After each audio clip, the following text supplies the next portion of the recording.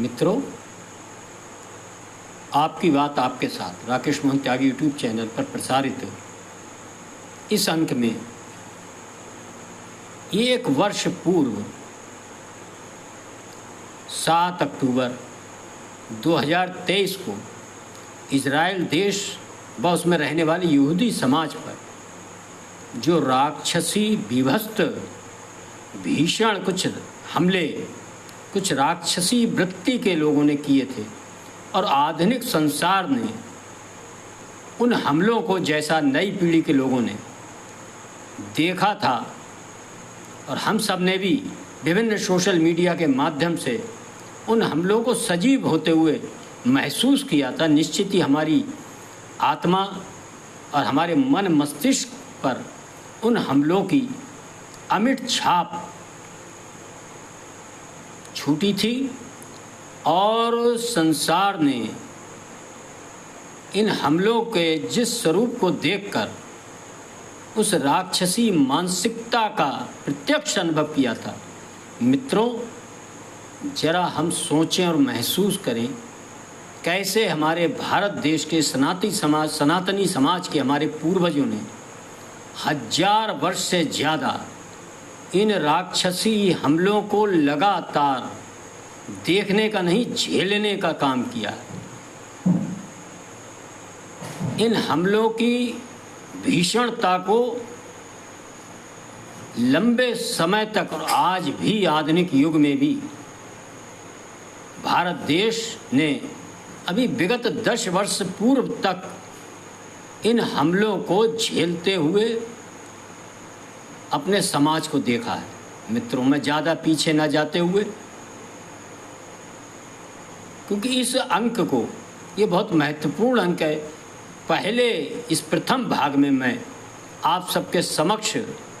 ऐसे राक्षसी हमलों को भारत ने कैसे झेला है इसके बारे में बताने का प्रयास करूंगा और इसके बाद मैं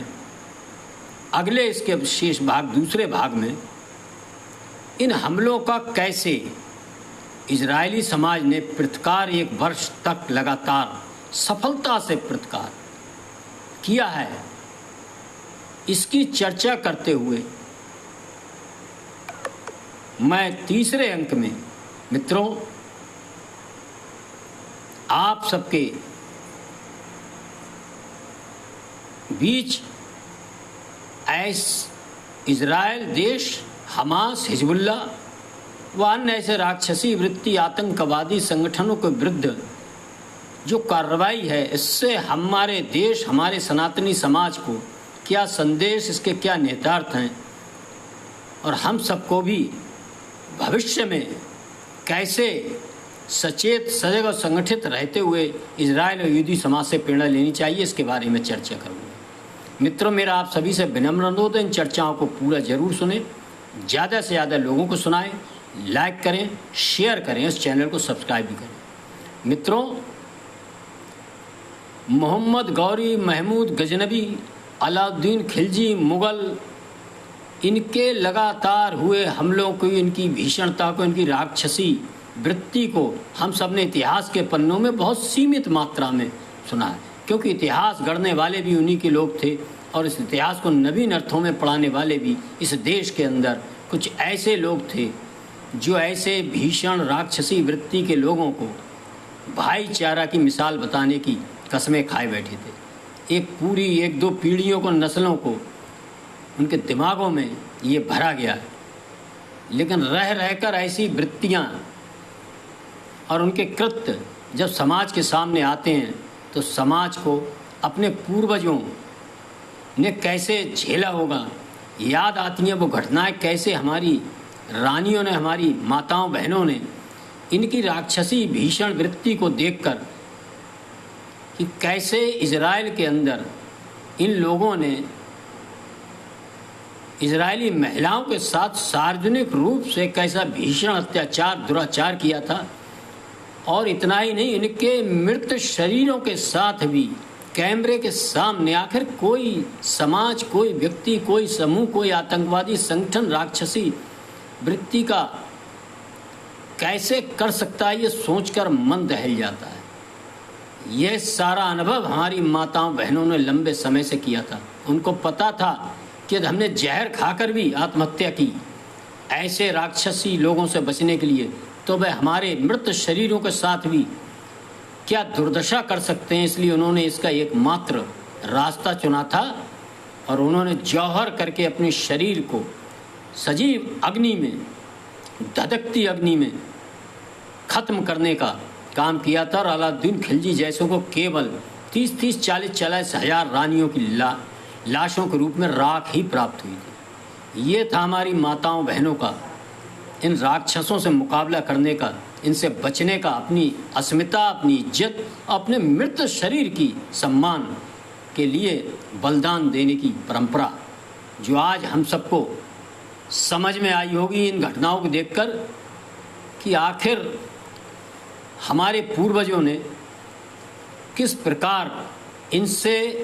अपने गौरव की, अपने आत्मसम्मान की, अपनी महिलाओं के आत्मसम्मान की, इज्जत की और उनके मृत शरीरों के सम्मान की भी सुरक्षा की थी। ये सब सोचकर निश्चित ही मन दहलता भी है और कहीं ना कहीं हमें अपने पूर्वजों के दिए इस बलिदान से हमारा हृदय गर्व से चौड़ा भी होता है। मित्रों, इसी क्रम में आप सबने देखा होगा कैसे हंसते खेलते लोगों के ऑफिस जाते हुए, बैठे स्कूल जाते हुए, नाचते गाते एक शांति पूर्वक अपना जीवन व्यतीत कर रहे समाज के ऊपर कैसे पाशविक हमला किया, किस प्रकार उन्होंने उनके मृत शरीरों का अपमान किया, उन पर मूत्र विसर्जन व अन्य दुष्कर्म कार्य करके अपनी राक्षसी वृत्ति को दिखाने का काम किया था। मित्रों, हम सब ने देखा है कैसे कलेजा निकाल कर कच्चा खाते हुए देखा है। तो हमें वीर बंदा बैरागी की याद सहज ही आई होगी, कैसे उस बंदा बैरागी को लंबे समय तक क्षण क्षण प्रति क्षण उसके अंग प्रत्यंग को नष्ट भ्रष्ट करते हुए आखिर में उसके 6 माह के दूध मुँह बच्चे का कलेजा चीर कर जबरदस्ती उसके मुंह में ठूंसा था। यह दृश्य हम सबको याद आया होगा। कहीं भी कुछ नहीं बदला है। कैसे हमारे सिख गुरुओं को रुई में लपेट कर जलाने का काम, तवे पर भूनने का काम, और किस प्रकार छोटे छोटे बच्चों को, गुरु गोविंद सिंह के साहबजादों को जिंदा दीवार में चुनवाने जैसे काम इन लोगों ने किए हैं। जब ये सारे दृश्य, जब हम 1 वर्ष पूर्व 7 अक्टूबर 2023 को इन्हीं दृश्यों को 1-2 दिन इजराइल के अंदर दोहराते हुए देखते हैं, तो कहीं ना कहीं इजराइल के साथ हमारी सहानुभूति और हमारे पूर्वजों की यादें इन घटनाओं को झेलते हुए निश्चित ही ताज़ा हुई थी और हम सबकी आंखें भी नम हुई थी और हम सबका मन भी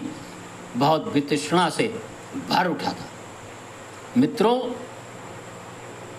कहीं कुछ नहीं बदला है और हमारा सनातन समाज, हमारा भारत का राष्ट्रीय समाज समझ में आता है बहुत बड़ी मात्रा में क्यों उन लोगों ने तलवार के जोर से सलवार पहनने का काम किया था। कुछ लोगों ने इन भीषण अत्याचारों से दहलकर यह भी समझ में आता है, जैसे ये लोग राक्षसी वृत्ति के लोग पहले थे, 1000, 1200, 1400 वर्ष पूर्व थे, वही आज भी हैं। इनकी वृत्ति में कहीं कोई परिवर्तन नहीं हुआ है। ये 7 अक्टूबर 2023 की इजराइल और यहूदी समाज पर हुई घटनाओं ने दिखाया है। छुटपुट घटनाएं होती रही थी, लेकिन आधुनिक दुनिया ने, आधुनिक समाज ने और जो शेष भारत से अलग संसार है, इसने इन घटनाओं को देखकर और जब उनकी समझ में आया कि ये कैसे राक्षसी लोग हैं, जो कुछ लोग भाईचारे का राग अलापते थे, उनकी आंखों से निश्चित ही पर्दा हटा हुआ। लेकिन कुछ धूर्त लोगों को अभी भी समझ में नहीं आता कि कैसे आखिर हम सबने 100 वर्ष पहले, लगभग 1919 में, क्षमा करें 1919 में खलीफा को हटाए जाने के कारण खिलाफत आंदोलन का जो एक आंदोलन केरल के अंदर हुआ था, किस प्रकार 4-6 दिन में ही 10,000 सनातनी हिंदुओं को वहाँ काट कर हत्या की गई। उनके साथ भी, उनकी महिलाओं के साथ भी हजारों महिलाओं के साथ दुराचार किया गया, किस प्रकार धर्मांतरण किया गया, ये हमारे देश ने 100 वर्ष पूर्व भी देखा था और हजारों वर्ष पूर्व भी देखा था। वह चाहे औरंगजेब का काल हो, कैसे हमारे मठ मंदिर तोड़े थे इन्हीं राक्षसी वृत्ति के लोगों ने, इन्हीं मानसिकता वालों ने, और कैसे इस खिलाफत आंदोलन को हमारे तत्कालीन नेतृत्व ने दबाने का काम किया और उसका कोई प्रतिकार न लेते हुए उसका नतीजा ये हुआ कि डायरेक्ट एक्शन के नाम पर हजारों हजार सनातनियों हिंदुओं का फिर वध किया गया, भीषण नरसंहार किया गया। उनकी महिलाओं बच्चों के साथ फिर वही काम किए गए और उससे घबराकर उसका उचित प्रतिकार न करते हुए तत्कालीन राष्ट्रीय नेतृत्व ने कैसे समर्पण करके इस भारत माँ को बांटने का एक जघन्य पाप भी किया था।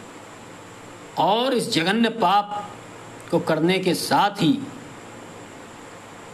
हम सब ने देखा, इसके बाद भी हमारे राष्ट्रीय नेतृत्व, हमारे राष्ट्रीय समाज, हमारे सनातनी समाज की चेतना में कोई परिवर्तन नहीं आया, लेकिन उन लोगों की राक्षसी वृत्ति में भी कोई परिवर्तन नहीं आया और वह लगातार अपने रास्ते पर चलते रहे। और हम सब ने देखा कि कैसे, किस प्रकार 90 के दशक ने कश्मीर के अंदर ऐसी जो 1-2 दिन घटनाएं वो वर्षों कश्मीर के पंडितों ने, हिंदुओं ने झेली थी और किस प्रकार उन्हें उनके ही वतन से, उनके घरों से निकाला गया और किस प्रकार उनका नरसंहार किया गया, कैसे उनकी महिलाओं के साथ जघन्य अपराध किए गए। और ऐसे अपराध करने वाले, ऐसे राक्षसी वृत्ति मानसिकता के लोगों को इसी देश की राष्ट्रीय नेतृत्व ने किस प्रकार प्रधानमंत्री आवास जैसे महत्वपूर्ण जगह पर उनका सम्मान करने का काम किया, ये भी हमारे देश के सनातनी समाज ने देखकर अनदेखा किया। मित्रों, हम सब लगातार देखते जाते हैं, जब हम 7 अक्टूबर 2023 की एक एक घटना का अगर एक बार आप देखेंगे तो वह घटनाएं आपको लगातार लंबे समय से, हजारों वर्ष से भारतवर्ष के प्रत्येक हिस्से में, चाहे बंगाल हो, केरल हो, कश्मीर हो, नुहू हो अथवा हैदराबाद हो,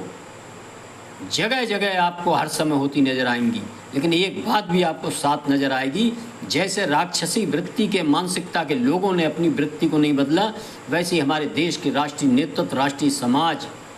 सनातनी समाज ने भी अपनी आंखें शतुरमुर्ग की तरह बंद करने का काम लगातार किया। मित्रों, आज जब 7 अक्टूबर को बैठकर हम 1 वर्ष पूर्व हुई इन घटनाओं को सोचते हैं तो हमारी समझ में आता है कि हमारे जो आज हम इस स्थिति में मौजूद हैं, उसमें हमारे पूर्वजों का कितना, हमारी माताओं बहनों का कितना बड़ा बलिदान, कितना बड़ा संघर्ष छुपा हुआ है। ये हम सबको देखना चाहिए, समझना चाहिए और महसूस करना चाहिए और उन सभी के प्रति हमको कृतज्ञ होना चाहिए, जिससे कि जो धरोहर, जो संस्कृति की सुरक्षा का भार उन्होंने हमारे हाथों में, हमारी पीढ़ी के हाथों में सौंपा है, अब हम उस धरोहर को, संस्कृति को,